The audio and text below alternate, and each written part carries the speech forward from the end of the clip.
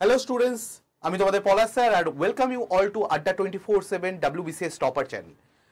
আমাদের আজকে 1 ফেব্রুয়ারি তোমরা জানো আজকের দিনে কিন্তু আমাদের বাজেট পেশ হয় এবং আজকে অলরেডি আমাদের honourable finance minister Nirmala Sitharaman ji budget পেশ করেছেন। সেই ব্যাপারে আমরা আলোচনায় আসবো অন্য একটা ভিডিওতে।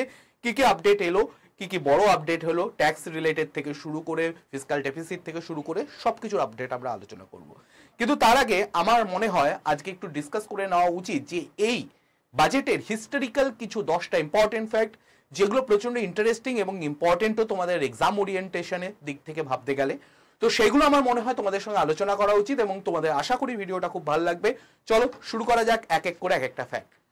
আজকের সর্বপ্রথম ফ্যাক্ট,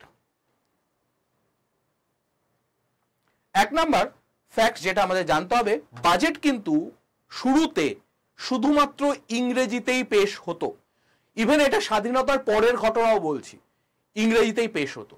কিন্তু 18ই মার্চ 1955 সালে সিডি দেশমুখ তৎকালীন ফিনান্স মিনিস্টার সবার প্রথমে হিন্দি এবং ইংরেজি ভাষায় দুটো ভাষাতেই বাজেটটাকে পেশ করা শুরু করলেন। তো যদি বলা হয় কোন সালে সর্বপ্রথম বাজেট হিন্দি এবং ইংরেজি উভয় ভাষাতে প্রকাশ করা হয়েছিল, সেটা 1950 সাল।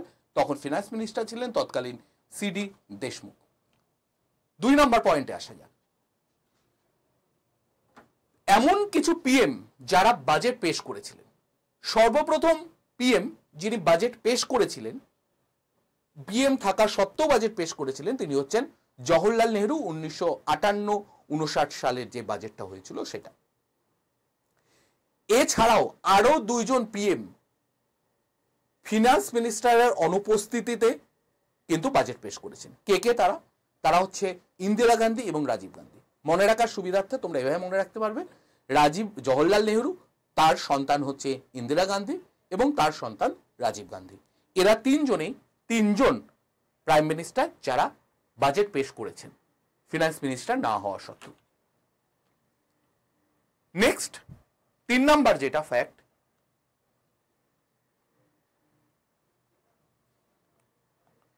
3 নম্বরে তোমরা এটা জেনে রাখো,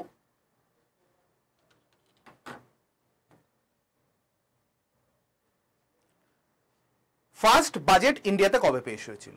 1860 সালে সর্বপ্রথম বাজেট পেশ হয়েছিল। বুঝতেই পারছো যে এটা কিন্তু ইন্ডিপেন্ডেন্ট ইন্ডিয়ার কথা হচ্ছে না, এটা ইংরেজ অধীনস্থ এবং আরো ক্লিয়ারলি বলতে গেলে ইস্ট ইন্ডিয়া কোম্পানির অধীনস্থ। 7 এপ্রিল 1860-তে জেমস উইলসন যিনি ছিলেন উনি কিন্তু বাজেট পেশ করেছিলেন। এরপরে যদি ইন্ডিপেন্ডেন্ট ইন্ডিয়ার কথা বলা হয় তাহলে 26শে নভেম্বর সর্বপ্রথম ইন্ডিপেন্ডেন্ট ইন্ডিয়ার বাজেট পেশ হয়। শানমুখম শেট্টি বলে একজন ফিনান্স মিনিস্টার ছিলেন, তিনি সর্বপ্রথম পেশ করেন। এই সময় যদি একটু হালকা হিসেবটা বোঝা যায়, 46% মানে টোটাল বাজেটের 46% কিন্তু এই সালে কিন্তু ডিফেন্সের জন্য অ্যালোকেট হয়েছিল, যেটার অ্যামাউন্ট ছিল 92.74 crore। মানে টোটাল বাজেটের 46% শুধুমাত্র ডিফেন্সের জন্য অ্যালোকেট হয়েছিল। এবার আসা যাক 4 নাম্বার পয়েন্টে। 4 নাম্বার পয়েন্টে মাথায় রাখতে হবে যে ওমেন, 2 জন ওমেন আছে যারা বাজেট পেশ করেছেন। সর্বপ্রথম কে? ইন্দিরা গান্ধী। কত সালে? 70-71 সালে অ্যাজ এ পিএম কিন্তু। তার মানে যদি বলা হয় ইন্দিরা গান্ধীর কথা তাহলে উনি কিন্তু পিএম হিসাবে পেশ করেছিলেন, উনি কিন্তু ফিনান্স মিনিস্টার হিসাবে পেশ করেননি। ফিনান্স মিনিস্টার হিসাবে সর্বপ্রথম পেশ করেন Nirmala Sitharaman as a finance minister, যিনি এই বছরও কিন্তু বাজেট পেশ করেছেন। তাহলে সর্বপ্রথম বাজেট মহিলা পেশ করেছেন হচ্ছে ইন্দিরা গান্ধী, কিন্তু তিনি প্রাইম মিনিস্টার হিসাবে পেশ করেছিলেন। সর্বপ্রথম ফিনান্স মিনিস্টার হিসাবে বাজেট পেশ করেন যেই মহিলা, তিনি হচ্ছেন নির্মলা সীতারামন জি। তোমরা যদি জানো কমেন্ট করে জানাও কোন বছর প্রথম উনি নির্মলা সীতারামন জি বাজেট পেশ করেন। 5 নাম্বার পয়েন্ট, ব্ল্যাক বাজেট কাকে বলা হয়? ব্ল্যাক বাজেট 1973-74 সালে যশবন্ত রাও বি চৌহান উনি বাজেটের যে পেশ করেন তৎকালীন সময়, মানে ভাবো এটা 73-74, তখন টাকার কি মূল্য? 550 কোটি বাজেট ডেফিসিট হয়। বাজেট ডেফিসিট মানে কি? মানে ব্যাপারটা বোঝো, দু রকম বাজেট, অ্যাকচুয়ালি তিন রকম বাজেট হতে পারে। একটা হচ্ছে সারপ্লাস বাজেট, একটা হচ্ছে নিউট্রাল বাজেট, আর একটা হচ্ছে ডেফিসিট বাজেট। ডেফিসিট বাজেট মানে তুমি যা প্রেডিক্ট করছো যে খরচ করবে, তার থেকে ইনকামের প্রেডিকশন কতটা কম, সেটাকে বলা হয় ডেফিসিট। যদি দেখা যায় তুমি যা খরচের হিসাব দিচ্ছ তার থেকে ইনকামের হিসাব বড় হয়ে যাচ্ছে, বেশি হয়ে যাচ্ছে, সোর্স বেড়ে যাচ্ছে, সোর্স অফ ইনকাম বেড়ে যাচ্ছে, সেক্ষেত্রে এটা সারপ্লাস বাজেট হবে। এবং যা ইনকাম হচ্ছে ততটাই এক্সপেন্ডিচারে যদি তুমি দেখাও, তাহলে সেটা হয়ে যাবে নিউট্রাল বা ব্যালেন্স বাজেট। এখানে উনি যশবন্ত রাও ভি চৌহান যিনি প্রেজেন্ট করেছিলেন, তিনি প্রায় 550 কোটির ডেফিসিট দেখিয়েছিলেন। মানে 550 কোটি টাকার ডেফিসিট হবে বাজেটে। 6 নম্বর পয়েন্টে আসা যাক। 6 নম্বর পয়েন্টে কি বলছে? মনমোহন সিং যিনি 1991 সালে বাজেট পেশ করেছিলেন অ্যাজ এ ফিনান্স মিনিস্টার, কে না জানি আমরা, সেই সময় এলপিজি মডেলের ওয়ান অফ দ্য ফাউন্ডার ইন্ডিয়ার ক্ষেত্রে যদি বলা হয়। বলতে পারবে সেই সময় আমাদের প্রাইম মিনিস্টার কে ছিলেন?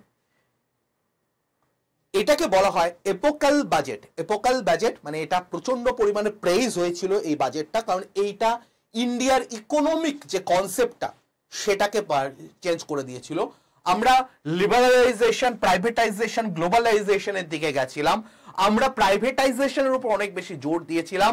আমরা লিবারাল হয়েছিলাম, অনেক কোম্পানিকে লাইসেন্সিং দিক থেকে, যেটাকে লাইসেন্স রাজ বলা হয়, সেই জিনিসটার অবসান হয়েছিল।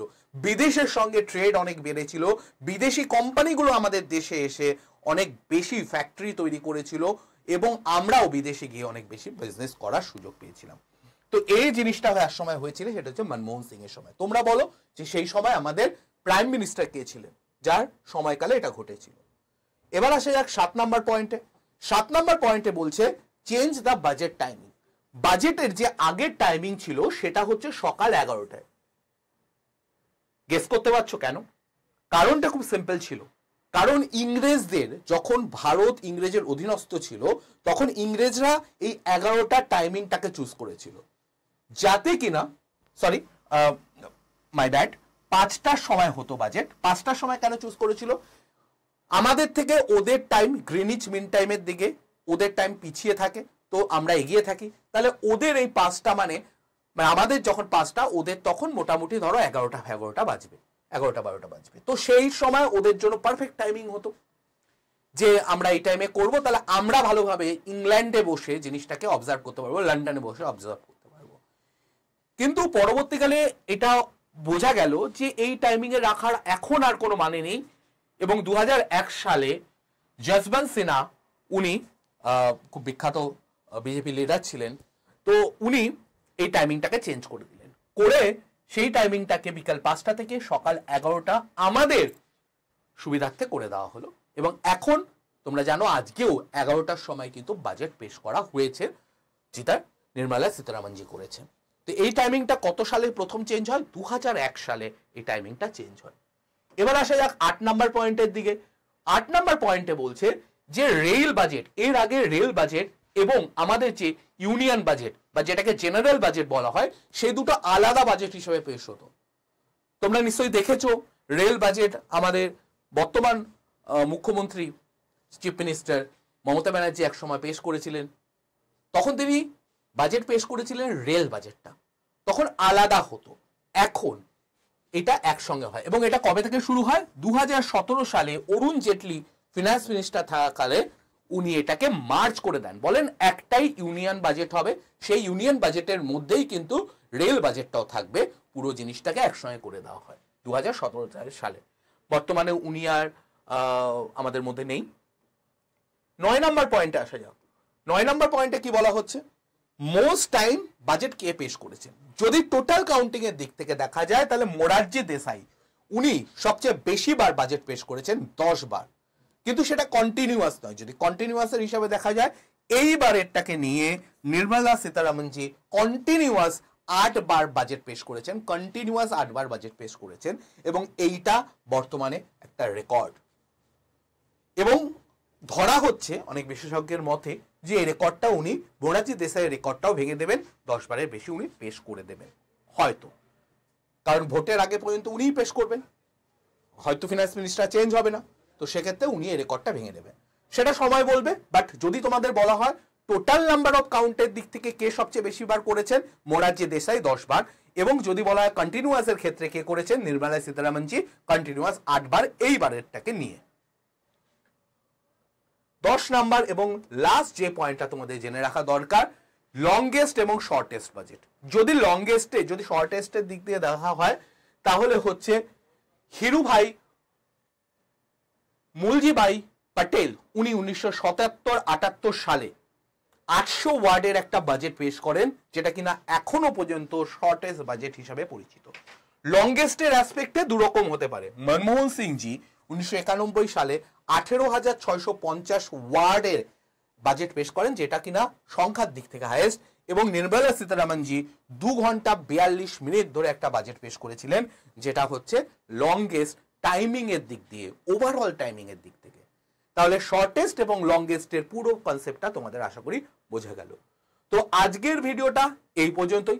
আশা করি তোমাদের এই ভিডিওটা ইনফরমেটিভ লেগেছে, কাজে লাগবে, এবং পরীক্ষা এর থেকে কিছু না কিছু প্রশ্ন তোমরা কমন পাবে। যদি ভিডিওটা ভালো লাগে তাহলে অবশ্যই ভিডিওটাকে লাইক করে দাও। তোমাদের যে প্রশ্নগুলো করলাম সেটা কমেন্ট করে জানাও। তোমাদের নিজের যদি কোনো প্রশ্ন থাকে অবশ্যই কমেন্ট করে জানাও, আমি অ্যান্সার করার চেষ্টা করব। আর চ্যানেলটাকে অবশ্যই সাবস্ক্রাইব করে রেখো। এখানেই কিন্তু কিছুক্ষণ পরে তোমাদের বাজেটও আসবে, এবং তাছাড়াও অন্যান্য অনেক ইম্পর্টেন্ট ভিডিও আমি এখানে আপলোড করতে থাকবো। তো চলো, দেখা হবে নতুন কোনো ভিডিওতে। আজকে এই পর্যন্ত থাকছে। ভালো থেকো, সুস্থ থেকো, পড়াশোনার মধ্যে থেকো।